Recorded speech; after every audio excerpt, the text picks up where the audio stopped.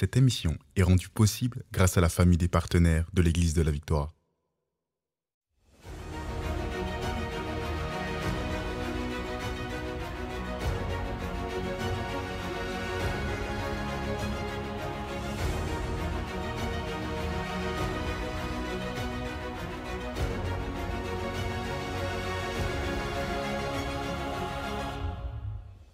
Bonjour tout le monde et bienvenue à l'émission Parole de foi. Ici le pasteur Joël Spinks. Aujourd'hui, on va découvrir comment on peut évangéliser, comment on peut gagner des personnes à Jésus-Christ en devenant un gagneur d'âmes. Gloire à Dieu pour cette série. Hier, on a vu comment Jésus s'est présenté à la femme au puits et comment elle a pu recevoir la révélation de l'eau vive, la vie éternelle et en fait la révélation que Jésus était le Messie.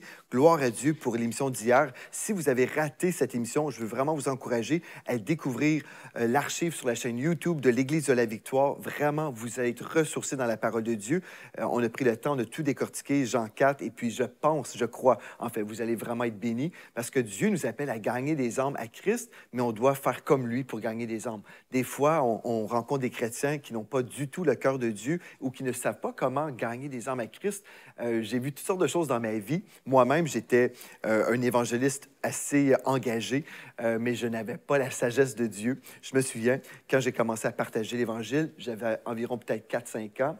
Et puis, je me souviens d'une scène en particulier. Il y avait un couple en train de s'asseoir en mangeant peut-être un sandwich sur une montagne, une colline. Et puis moi, j'étais avec mon Église. On était partis en mission évangéliser dans la nature. Et puis, je me souviens de cette scène. J'étais un petit garçon, les cheveux très, très blonds, blond-blanc. Et puis, je me présente à un couple et puis je dis... Vous avez besoin de recevoir Jésus, vous avez besoin de vous repentir de vos péchés, sinon vous allez brûler en enfer. Et c'était mon approche. OK.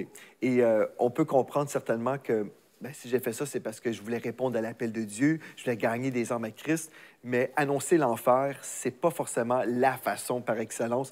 Il faut plutôt présenter le sauveur du monde. Et oui, on va parler du péché, et oui, on va comprendre qu'on a besoin d'avoir un sauveur, mais l'approche numéro 1, est-ce que c'est vraiment de prêcher l'enfer tout de suite comme premier contact, ou on peut présenter celui qui aime la personne qui vit peut-être selon elle, dans un enfer, dans une situation compliquée. Bref, il y a toutes sortes de façons. Je me souviens aussi, j'étais avec des personnes, et puis dans certaines missions d'évangélisation, et le cœur, c'était le jugement, et puis c'est pas forcément la bonne façon d'agir. Gloire à Dieu. On va voir, on a vu hier comment Jésus a agi, et si Jésus agissait d'une certaine façon, puis on peut l'imiter. Moi, je vais vous dire, Jésus est digne d'être imité. Gloire à Dieu. Et si on fait comme Jésus, bien, je crois, on réussit notre mission. Gloire à Dieu. On va prier ensemble. On va remettre ce temps maintenant entre les mains du Seigneur. Et je crois, vous allez apprendre aujourd'hui comment évangéliser par amitié. Évangéliser par amitié. Et je crois vraiment que vous allez gagner des âmes cette année comme jamais auparavant. Père éternel, on veut juste te dire merci pour ce temps qu'on peut avoir ensemble dans les nations. Ça veut dire, nous croyons que ta parole est en train de nous enseigner. On reçoit l'esprit de révélation et on accepte, Seigneur Dieu, d'abandonner nos fausses façons de travailler ou les concepts qu'on a qui ne sont pas selon ton cœur. On abandonne toutes les choses qui ne viennent pas de toi. Et aujourd'hui, on reçoit des révélations. On reçoit, Seigneur Dieu, ta façon d'agir, ta façon de parler, ta façon d'aimer. On te remet maintenant cette émission, ce temps entre tes mains. On te remercie pour ton onction qui nous enseigne toutes choses. Dans le nom de Jésus, on a prié. Amen et Amen. Gloire à Dieu, gloire à Dieu. Premièrement, on va aller dans la parole, on va voir est-ce qu'on devrait évangéliser, est-ce qu'on devrait partager la bonne nouvelle. Et après, qu'est-ce qu'on fait? Bien, on va aller ensemble dans Matthieu 28, versets 19 à 20, Matthieu 18, versets 19 et 20. Jésus a dit, « Allez, faites de toutes les nations des disciples. » Jésus n'a pas juste dit « Allez et annoncez à tout le monde le salut. » Jésus a dit oui, prêchez l'Évangile, prêchez la bonne nouvelle, mais remarquez bien, allez, faites. On a quelque chose à faire. Allez, faites de toutes les nations des disciples, les baptisant au nom du Père, du Fils et du Saint-Esprit. Et au verset 20, et enseignez-leur. Comment faire des disciples? Il faut enseigner à un nouveau croyant les chemins de Dieu. Donc, et enseignez-leur à observer tout ce que je vous ai prescrit. Et voici, je suis avec vous tous les jours jusqu'à la fin du monde. Donc, ne craignez rien, je suis avec vous là, dans cette mission. Voyez-vous? Donc, faites des disciples. Oui, allez, mais faites des disciples. Il faut leur enseigner les voies de Dieu. Et je sais qu'il y a beaucoup, beaucoup de personnes investies en feu dans la première partie de ce verset-là. Allez. On dit, OK, allez, on va aller prêcher à Montréal cette fin de semaine. On s'en va dans les rues, on va aller chanter, on va aller dans les métros. C'est bien. Je ne suis pas du tout contre le fait d'aller. Parce que la Bible nous dit aller. Mais est-ce qu'on remplit vraiment le mandat que Dieu nous a donné, que Jésus nous a donné? Allez, faites de toutes les nations, tous les groupes, tous les peuples, des disciples. Notre mission, ce n'est pas juste d'aller. Notre mission, c'est de faire des disciples. Et faire des disciples implique notre temps, implique notre cœur, notre disponibilité, notre investissement personnel. Et quelqu'un se poserait la question, « Pasteur Joël, moi, j'ai le temps d'aller une journée de temps en temps, aller à Montréal, prêcher dans les rues, mais est-ce que j'ai vraiment le temps d'aller faire des disciples? Est-ce que j'ai vraiment le temps de prendre du temps avec quelqu'un d'autre? Ma vie est assez occupée, je suis un étudiant, voilà, je travaille. Je n'ai pas vraiment le temps. Je veux garder du temps pour ma famille quand même. Et puis, c'est certain, on veut garder du temps pour notre famille et il faut être équilibré dans la vie. On s'entend très, très bien. Mais est-ce que j'ai le temps de faire des disciples? Bien. Philippiens, chapitre 1, verset 21 nous dit, « Car Christ est ma vie et la mort m'est un gain. » L'apôtre Paul a dit, « Christ est ma vie. » Christ est ma vie. Et Colossiens 3, 4 nous dit, « Quand Christ, votre vie, paraîtra, alors vous paraîtrez aussi avec lui dans la gloire. » Christ, votre vie. En fait, un chrétien vit pour Jésus-Christ. Notre priorité, c'est Jésus. Cherchez premièrement le royaume de Dieu et sa justice et toutes ces autres choses vous seront données par-dessus tout. Mais Christ est ma vie. Je crois, frères et sœurs, si nous sommes chrétiens, des enfants de Dieu, et on se dit, j'ai pas le temps de faire des disciples, bien, il y a du désordre dans notre vie. Il y a un problème. Si je me dis, j'ai pas le temps, j'ai juste du temps pour aller faire mes courses, aller travailler, prendre du temps pour ma famille, oui, je vais aller à l'église, mais le mandat premier que j'ai reçu en tant que chrétien, j'ai pas le temps de faire ça. Mais pourtant, le texte nous dit Christ, votre vie. Colossiens 3, 4, Christ, votre vie. Christ est notre vie. Si nous sommes chrétiens, la chose la plus importante, c'est de remplir notre mandat. Nous respirons aujourd'hui pour louer et adorer Dieu. Mais comment est-ce qu'on peut adorer Dieu? C'est en répondant à son appel. L'adoration, en fait, c'est de servir Dieu. Ce n'est pas juste un chant le dimanche matin. Gloire à Dieu. Est-ce que j'ai le temps de faire des disciples? Ma prière pour vous, c'est que vous allez dire oui, j'ai le temps de répondre à l'appel de Dieu. Maintenant, comment faire? Bien, comme on a vu hier, on devrait inviter des gens à l'Église. Parce que des fois, on est là, on se dit, ben, je ne sais pas comment faire. Et peut-être c'est vous aujourd'hui. Peut-être vous ne savez pas encore comment faire. Bien, invitez quelqu'un et le visiteur que vous aurez avec vous dimanche matin, ce visiteur peut accepter le Seigneur simplement en baignant dans l'onction, en baignant dans la présence de Dieu, en entendant une prédication de la parole de Dieu.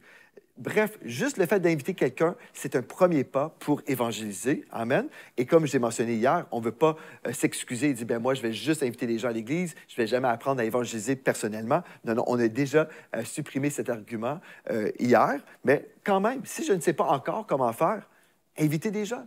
Invitez des gens. La présence de Dieu va toucher la personne. Gloire à Dieu. Maintenant, la puissance de l'évangélisation par amitié, c'est une puissance qu'on doit découvrir maintenant. OK.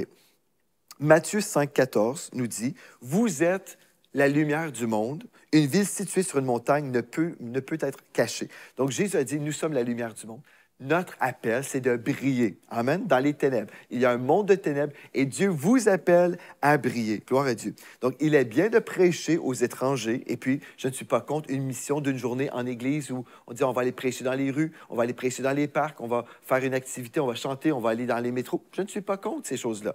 Il est bien de prêcher aux étrangers, mais notre entourage immédiat n'est pas à négliger. Et je parlais justement récemment avec l'apôtre Alain Patrick Tsengue, et puis il me disait une chose très importante que je vais vous partager maintenant.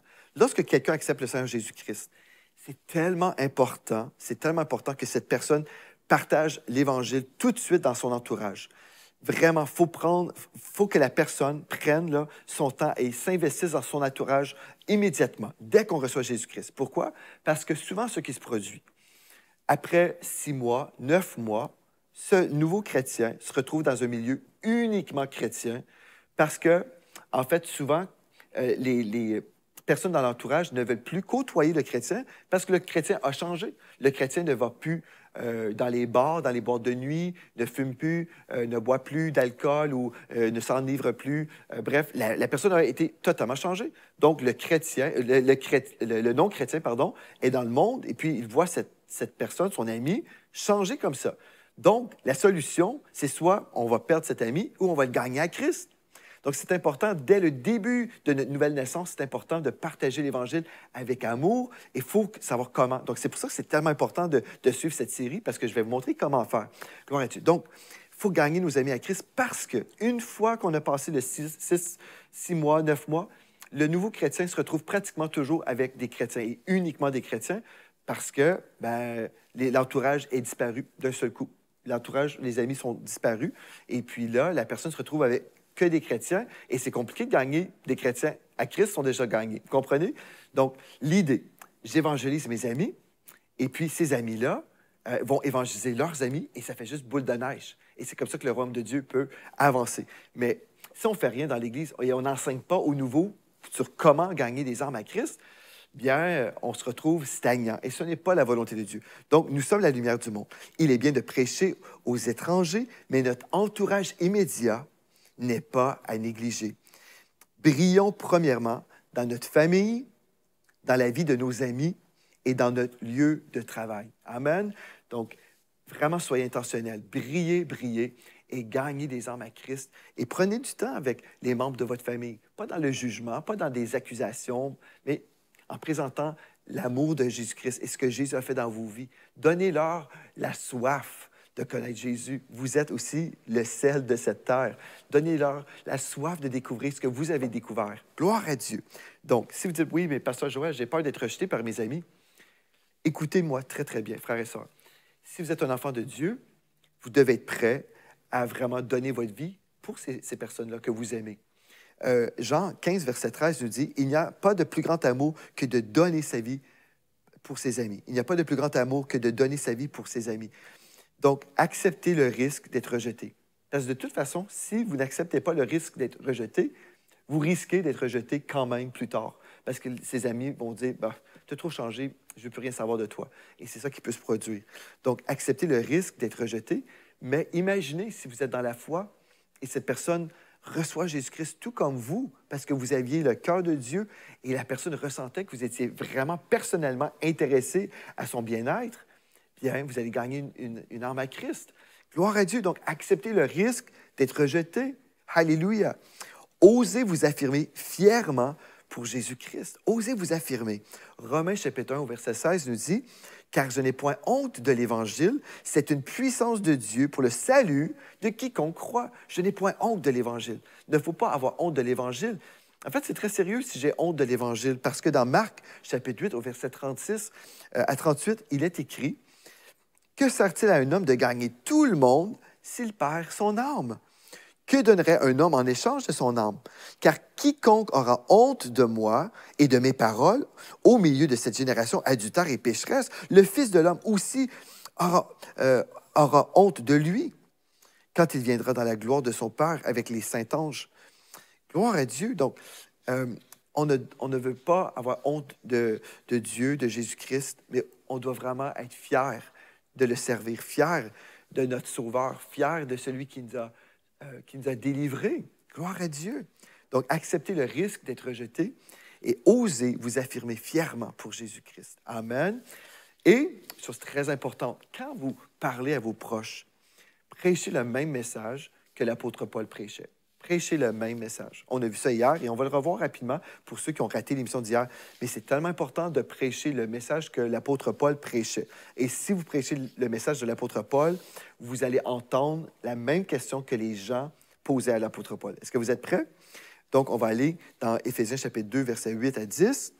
OK. Il est écrit, « Car c'est par la grâce que vous êtes sauvés, par le moyen de la foi, et cela ne vient pas de vous, c'est le don de Dieu, ce n'est point par les œuvres, afin que personne ne se glorifie, car nous sommes son ouvrage ayant été créé en Jésus-Christ pour de bonnes œuvres que Dieu a préparées d'avance afin que nous les pratiquions. C'est par la grâce que vous êtes sauvés, par le moyen de la foi. » Donc, c'est par la grâce ou une faveur non méritée que nous sommes sauvés. On reçoit le don de la vie éternelle par le moyen de la foi. Donc, c'est la main de la foi qui va aller saisir cette grâce, ce cadeau. Et on a vu hier dans Romains 10, 8, 9 et 10, c'est en confessant de notre bouche le Seigneur Jésus, c'est en croyant de notre cœur qu'on parvient au salut. Donc, ma foi va s'exprimer avec des paroles. Je vais confesser, je crois en Jésus-Christ, je crois qu'il est mort et ressuscité d'entre les morts. Gloire à Dieu, et je lui donne ma vie. Alléluia. Donc, revenons au message de la grâce. On ne va pas prêcher les œuvres aux gens. On ne dira jamais, écoute, là, pour aller au ciel, il faut que tu arrêtes de fumer, là. Il faut que tu arrêtes de vivre comme ça, là. Regarde ta vie, c'est n'importe quoi. Non, ce n'est pas l'approche. L'approche, c'est de dire, écoutez, Dieu vous aime dans votre situation. Dieu vous aime dans votre situation aujourd'hui, mais il vous aime trop pour vous laisser comme ça. Il veut transformer votre vie. Et la personne va commencer à s'ouvrir et la personne va peut-être dire, ouais, mais moi, je vis dans le péché. Ou peut-être la personne ne va pas utiliser le mot péché, elle va peut-être dire, mais je ne pense pas que Dieu me veut. Regarde ma vie, j'ai tellement de difficultés. Bref, la personne va commencer à parler de ses péchés naturellement. Et puis après, vous allez dire, écoutez, Dieu a tout vu ça, mais il a pourvu une solution pour vous. Et puis, la solution, c'est Jésus-Christ. On présente le message de la grâce. C'est par la grâce que vous êtes sauvés, par le moyen de la foi. Et cela ne vient pas de vous. Vous ne pouvez pas gagner le ciel par votre bonté, par vos bonnes œuvres. Non. Oui, Dieu vous a créé pour faire des bonnes œuvres, mais ce n'est pas par vos bonnes œuvres que vous pouvez aller au ciel. C'est en recevant Jésus-Christ qui a payé le prix pour vous pardonner de tous vos péchés. Et quand vous prêchez la grâce, le ciel est gratuit. Dieu vous fait la grâce, un don, une faveur non méritée. Vous pouvez aller au ciel aujourd'hui. Pas littéralement là, mourir aujourd'hui, mais vous pouvez être en route vers le ciel dès aujourd'hui en vous détournant de cette vie de péché qui vous tue, parce que le salaire du péché, c'est la mort. Le salaire du péché, c'est la mort. Mais vous pouvez être gratuitement justifié en Jésus-Christ aujourd'hui même, en confessant votre foi en lui, en croyant que Jésus est mort pour vous à la croix. Il est ressuscité d'entre les morts. Donc, vous faites tout ça, vous partagez le message de la grâce, que ce n'est point par nos œuvres, mais c'est en recevant le don de la vie éternelle. Et là, lorsque la personne reçoit Jésus-Christ, en découvrant, ah oui, Dieu m'aime. Ah oui, lorsque vous étiez encore pécheur, Christ est mort pour vous. Même dans votre situation, Christ est mort pour vous, sachant qui vous étiez et dans quelle sorte de vie que vous étiez, quelle sorte de vie vous étiez en train de mener. Jésus vous a aimé.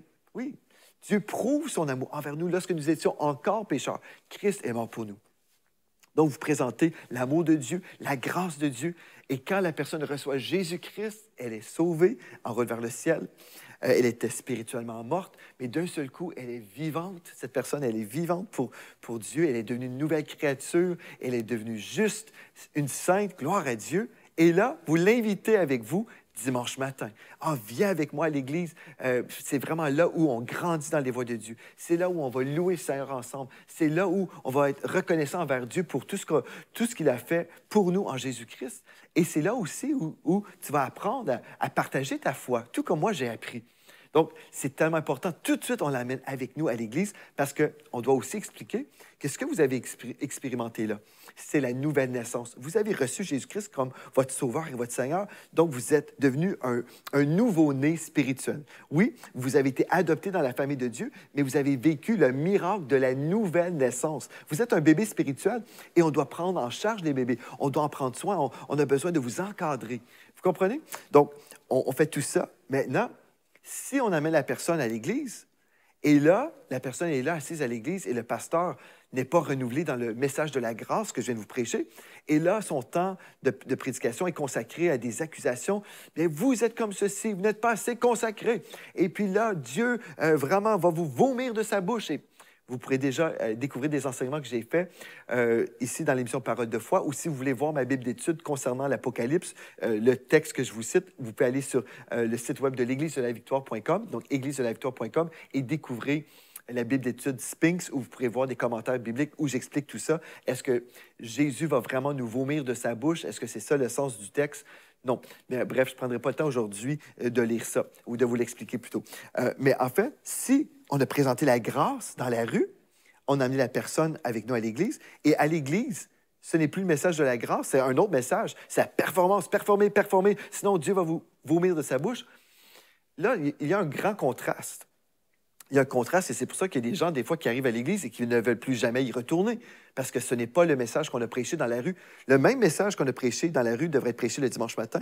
On ne change pas le message, là. Ce n'est pas comme un piège. Ben, tu vois, je t'ai piégé, là. Je t'ai eu en te vendant une salade, là, en te présentant un message, mais au final, c'est autre chose rendu à l'Église. Non, il faut que ça demeure pareil. Nous sommes sauvés. OK, c'est par la grâce que vous êtes sauvés, par le moyen de la foi. Et c'est la même façon qu'on demeure sauvés. C'est par la grâce que nous demeurons sauvés, par le moyen de la foi. C'est toujours une grâce. Gloire à Dieu. Maintenant, est-ce que vous prêchez le message que l'apôtre Paul prêchait? Si oui, voici la question qu'on devrait vous poser. On retrouve la question dans Romains chapitre 6 au premier verset et au deuxième. Que dirions-nous donc? Demeurions-nous dans le péché afin que la grâce abonde? Quelqu'un devrait vous poser la question. Ah oui, c'est par la grâce que je suis sauvé par le moyen de la foi. À ce moment-là, est-ce que ça veut dire que je devrais vivre dans le péché ou je peux vivre dans le péché? Verset 2, loin de là, nous qui sommes morts au péché, comment vivrions-nous encore dans le péché? Donc là, on explique, non, c'est pas parce que c'est une grâce qu'on devrait vivre dans le péché, mais on devrait vous poser la question si on a présenté le vrai message. Si on ne vous pose jamais la question, est-ce qu'on devrait vivre dans le péché? C'est parce qu'on n'a jamais présenté le message de la grâce. On a présenté le message de la religion et des œuvres, et puis il faut être une bonne personne, il faut faire ceci, il faut faire cela. Ce n'est pas le message que l'apôtre Paul prêchait. Il prêchait la grâce et Dieu nous appelle à prêcher la grâce tout au long de notre vie et Dieu nous appelle à vivre dans la grâce tout au long de notre vie. Et oui, on va faire des bonnes œuvres. On va faire des bonnes œuvres. Oui, on va lire notre Bible. Oui, on va aller à l'Église. Oui, nous serons consacrés. Mais ce n'est pas parce que nous faisons ces choses-là que nous sommes sauvés. Nous sommes sauvés parce que nous avons reçu la solution. Nous avons reçu Jésus-Christ qui nous a pardonné de tous nos péchés. Et aujourd'hui, si on fait des bonnes œuvres, c'est parce que nous sommes reconnaissants d'avoir reçu la vie éternelle. Nous sommes reconnaissants et on veut vivre pour Dieu. On a une nouvelle nature, donc c'est juste naturel, spirituellement parlant. C'est juste normal pour l'enfant de Dieu de vouloir honorer Dieu dans sa vie. Il ne le fait pas sous un joug de domination ou de condamnation et parce qu'on pense que Dieu nous déteste si on ne fait pas ceci ou cela. Non, il ne faut pas détruire le message rendu à l'Église. Et c'est ça qui s'est produit souvent. Prêchons le message dans la rue et prêchons ce même message dans l'Église et gardons les gens dans la grâce et dans le repos spirituel et allons de gloire en gloire. Alléluia. Notons que la grâce n'est pas uniquement une approche pour gagner les âmes à Christ, mais la grâce est l'unique moyen pour l'homme d'expérimenter une vie de victoire et de sainteté.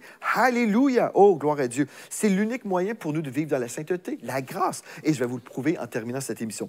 Tite, chapitre 2, versets 11 à 14, il est écrit, des fois les gens vont dénigrer le message de la grâce en disant « Ah, vous dites aux gens qu'ils peuvent vivre dans le péché. » Non, pas du tout.